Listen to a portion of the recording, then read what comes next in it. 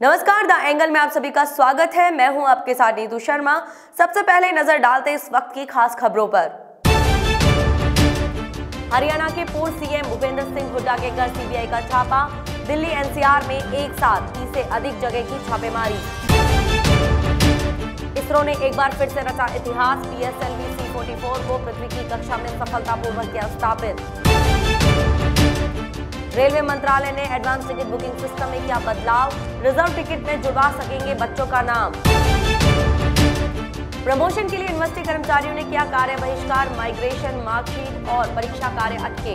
हरियाणा के पूर्व मुख्यमंत्री और कांग्रेस के दिग्गज नेता भूपेंद्र सिंह हुड्डा के रोहतक स्थित आवास पर सीबीआई ने शुक्रवार सुबह छापा मारा और इस दौरान भूपेंद्र सिंह हुड्डा घर में ही मौजूद हैं। सीबीआई अधिकारी किसी को भी घर के अंदर या वहां से बाहर जाने की अनुमति नहीं दे रहे हैं।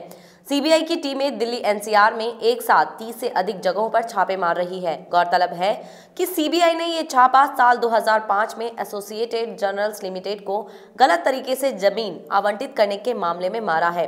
सीबीआई ने हुड्डा के खिलाफ एक नया मामला भी दर्ज किया है। बता दें कि सीबीआई ने भूपेंद्र सिंह हुड्डा, वरिष्ठ कांग्रेस नेता मोतीलाल वोरा और एजेएल के खिलाफ चार्जशीट दाखिल कर दी है।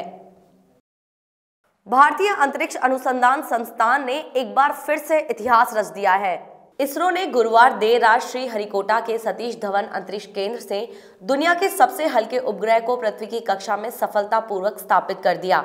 इसरो के पीएसएलवी C-44 रॉकेट ने श्रीहरिकोटा से भारतीय सेना का उपग्रह माइक्रोसैट और छात्रों का उपग्रह कलाम सैट लेकर अंतरिक्ष के लिए उड़ान भरी थी। इसरो ने बताया कि पीएसएलवी C-44 ने सेना के उपग्रह माइक्रोसैट R को सफलतापूर्वक उसकी कक्षा में स्थापित किया। इसरो के 2019 के पहले मिशन में 28 घंटे की उल्टी गिनती के बाद रात 11:37 पर पीएसएलवी C-44 ने उड़ान भरी। ये पीएसएलवी की 46वीं उड़ान है। लोकसभा चुनाव में बीजेपी को मात देने के लिए कांग्रेस पार्टी ने अपनी रणनीति को नया आयाम दिया है। एक से अधिक राज्यों में कांग्रेस पार्टी अकेले ही चुनाव लड़ने का फैसला कर रही है। आंध्र प्रदेश और पश्चिम बंगाल उनमें से एक है। अखिल भारतीय कांग्रेस समिति के महासचिव और केरल के पूर्व मुख्यमंत्री ओमन चांडी ने इस संबंध में कहा था कि कांग्रेस आंध्र प्रदेश में सभी 175 विधानसभा सीटों और 25 लोकसभा सीटों पर अकेले चुनाव लड़ेगी। टीडीपी के साथ हमारा गठबंधन केवल राष्ट्रीय स्तर पर है। ऐसे में हम राज्य में टीडीपी के साथ गठबंधन नहीं करेंगे। वहीं पश्चिम बंगाल में कांग्रेस और ममता बनर्जी के बीच किसी भी गठबंधन को लगभग खारिज कर दिया गया है। बंगाल कांग्रेस ममता बनर्जी के साथ किसी भी तरह का गठजोड़ नहीं चाहती है। राहुल गांधी ने बीते दिनों ममता बनर्जी की विपक्षी एकता रैली को समर्थन दिया था। कोलकाता में आयोजित इस रैली में राहुल गांधी शामिल तो नहीं हुए, लेकिन उन्होंने अपने प्रतिनिधि अभिषेक मनु सिंघवी और मल्लिकार्जुन खड़गे को भेजा था। लोकसभा चुनाव 2019 में उत्तर प्रदेश के लिए प्रियंका गांधी वाड्रा को राजनीति में उतारने के बाद कांग्रेस पार्टी ने एक और खास प्लान तैयार किया है।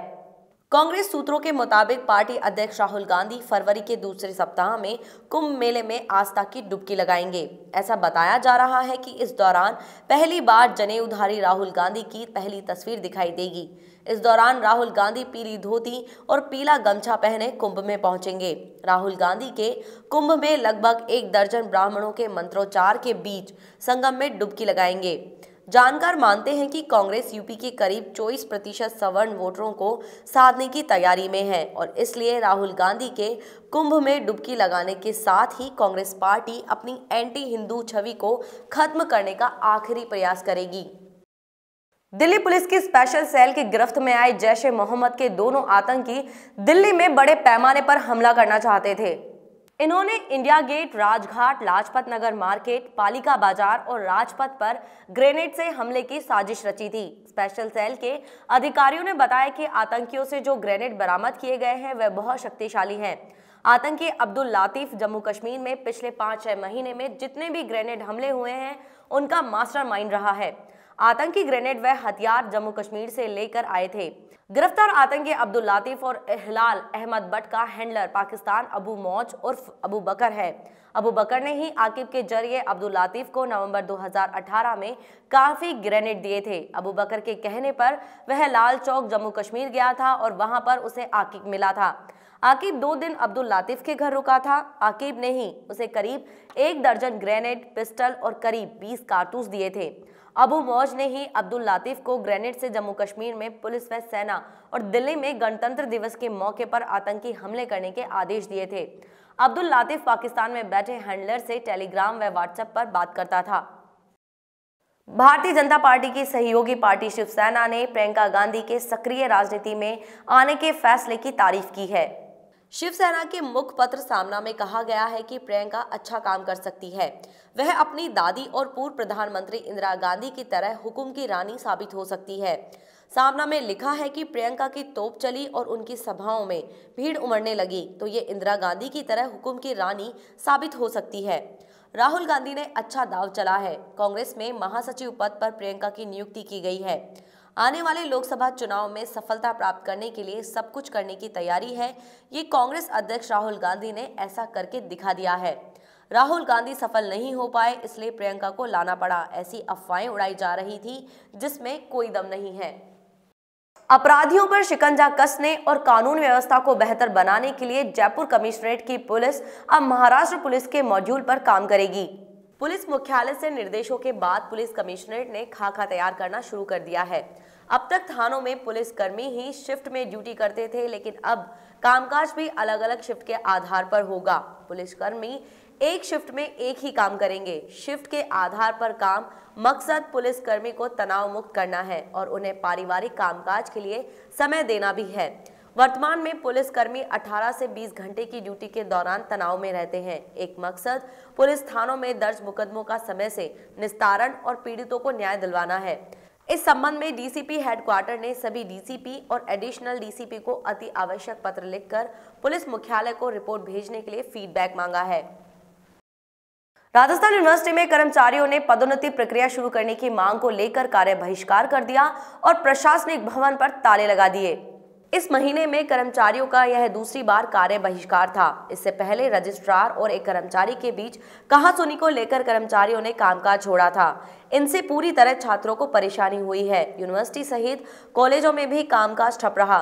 कर्मचारियों ने पेन डाउन हड़ताल भी रखी। राजस्थान यूनिवर्सिटी में कर्मचारियों के अनशन के बाद टीपीसी की बैठक आयोजित की गई थी, जिसमें 30 जनवरी से प्रमोशन की प्रक्रिया शुरू करने और 13 फरवरी तक पूरे करने का फैसला लिया गया था। यूनिवर्सिटी में रोजाना 300 से ज्यादा छात्र माइग्रेशन सर्टिफिकेट, डुप्लीकेट मार्कशीट के लिए आते हैं और ये काम नहीं हुए।